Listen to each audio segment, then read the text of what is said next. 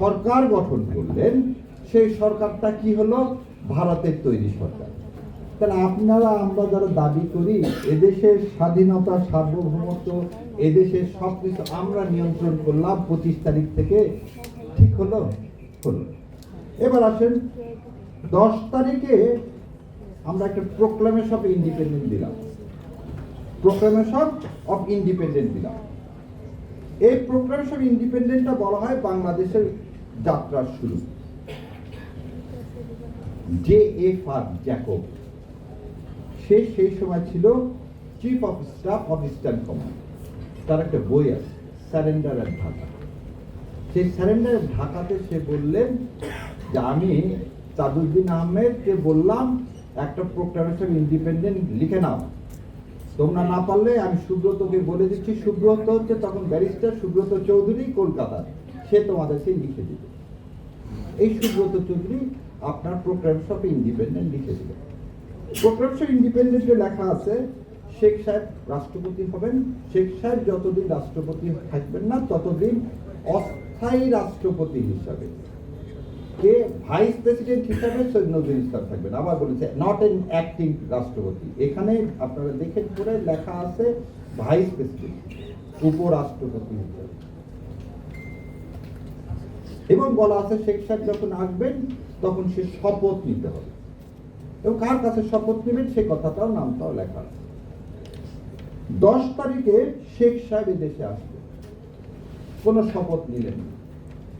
এই সংবিধানের জার্নিটা শুরুই হচ্ছে 11 জানুয়ারি 1972 provisional constitution of Bangladesh order 1972।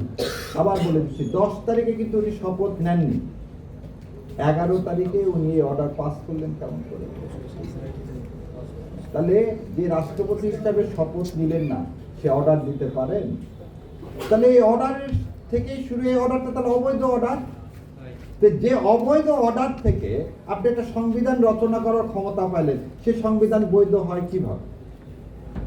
কেন এই কথাটা বললেন এই সংবিধান অবৈধ? এই সংবিধান যদি অবৈধ না হয় তাহলে আমাদেরকে এত রক্ত দিতে হচ্ছে কেন? কারণ সংবিধানটা হচ্ছে প্রতারণার একটা দলিল। সংবিধান 4টা স্তম্ভের উপর দাঁড়ায় আছে। কি কি 4টা স্তম্ভ? দেখেন, জাতীয়তাবাদ। কোন জাতীয়তাবাদ? আওয়ামী লীগ যে জাতীয়তাবাদের কথা বলে সেটা বলে বাঙালি জাতীয়বাদ। না, এটা তো ফয়সালা হয়ে গেছে 47 সালে যে আমরা এই ভূখণ্ড পাইলাম মুসলিম জাতীয়তাবাদের ভিত্তিতে। বাঙালি জাতীয়তাবাদ তো আপনারাই কবর দিলেন 1905 সালে।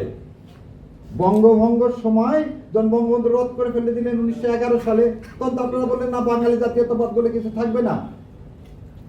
মাউন্ট ব্যাটেন যখন ABC পরিকল্পনায় এই বাংলা নিয়ে একটা অঞ্চল তৈরি করতে চাইলেন তখন তো কংগ্রেস ওটা মেনে নিল না।